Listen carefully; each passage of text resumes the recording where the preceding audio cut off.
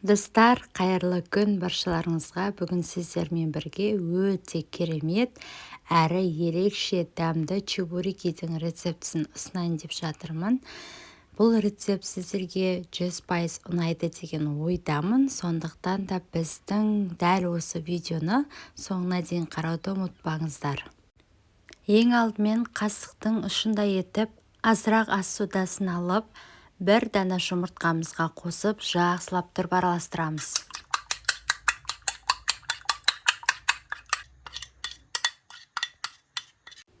Содан соң бір кеседе етіп жылы суымызды құятын боламыз. Суымыз мұздай болып қалмасын, жылы болуы керек. Және дәмін келтіру үшін бір ас қасықты толтырмай салатын боламыз.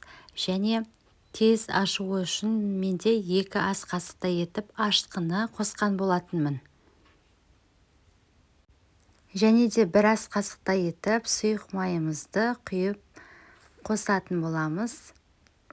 Жақсылап тұрып қасықтың көмегімен араластырамыз.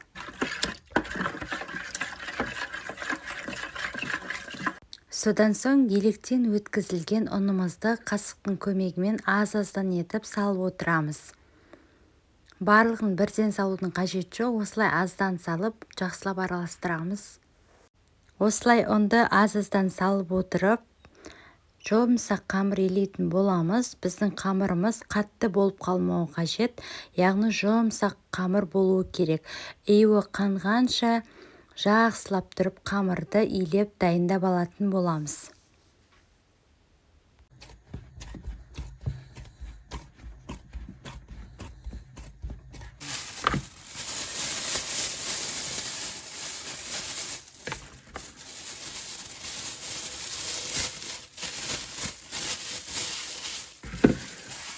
Енді начинкасын, яғни салмасын дайындайтын боламыз. Ол үшін бізге керекті заттар: капуста, пияз, бұрыш және де тұз, ең бастысы палау қажет болады.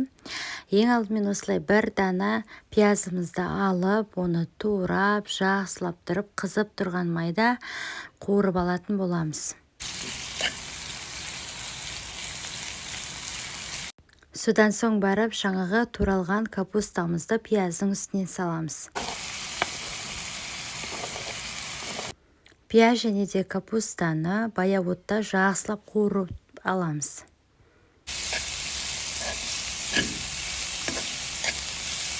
Енді жақсылап қуырылған пиязымыз бен капустаны палаудың үстіне салып аламыз.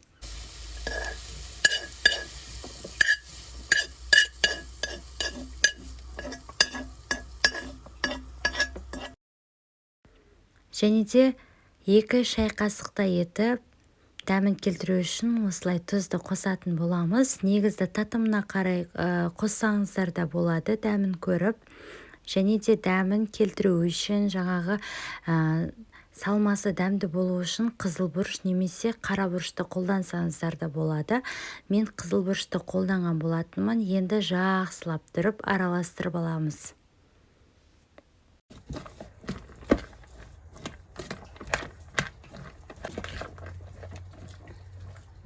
Мінекей біздің қамырымызда 1 сағаттай жылы жерде тұрып ашып қалған болатын.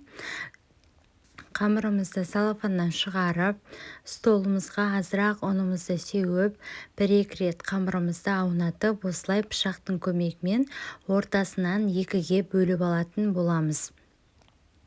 Өздеріңіз видеода көріп тұрғандай, жаңағы қамырымызды майда, яғни кішкентай бөліктерге бөліп дайындап алатын боламыз.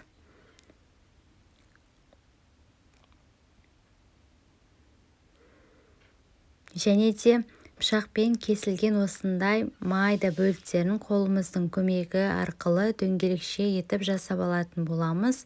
Қазір өзімізге жайған кезде, яғни оқтаумен жайған кезде ыңғайлы болу үшін осылай дайындап қоямыз. Мінекей барлық майда бөліктерді осылай дөңгелекше етіп жасап алдық. Енді азырақ столымызға ұнды сеуіп алып, кішкентай оқтаудың көмегімен жаңағы барлығын бірден жайып дайындап алатын боламыз. Барлығын жайып дайындап алсаңыздар, өздеріңізге қазір салмасын салып түйіп алуда оңай болады. Біздің бұл чебурекидің ерекшелігі, яғни палаудан жасалатын чебуреки десек те болады. 2-3 күн алдын палау жасап, қалып кететін болса, оны не істеймін деп ойланатын болсаңыздар, жаңағыдай азырақ капуста, пияз қосып жіберіп, осылай салма жасап, чебуреки жасасаңыздар дәмді болып шығады.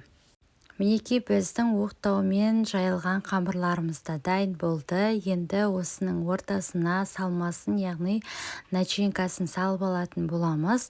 Начинканы қатты толтырып жіберудің қажеті жоқ, себебі түйген кезде қиындау болып қалуы мүмкін, сондықтан аздап сала берсеңіздер болады.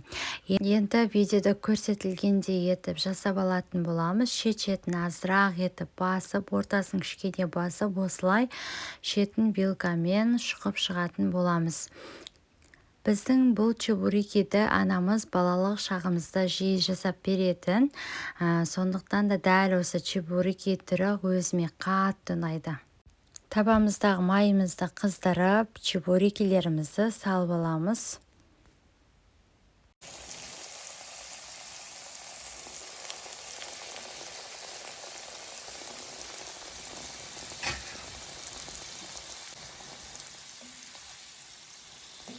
Келесі бетін аударып, дәл осылай етіп қызартып пісіріп аламыз.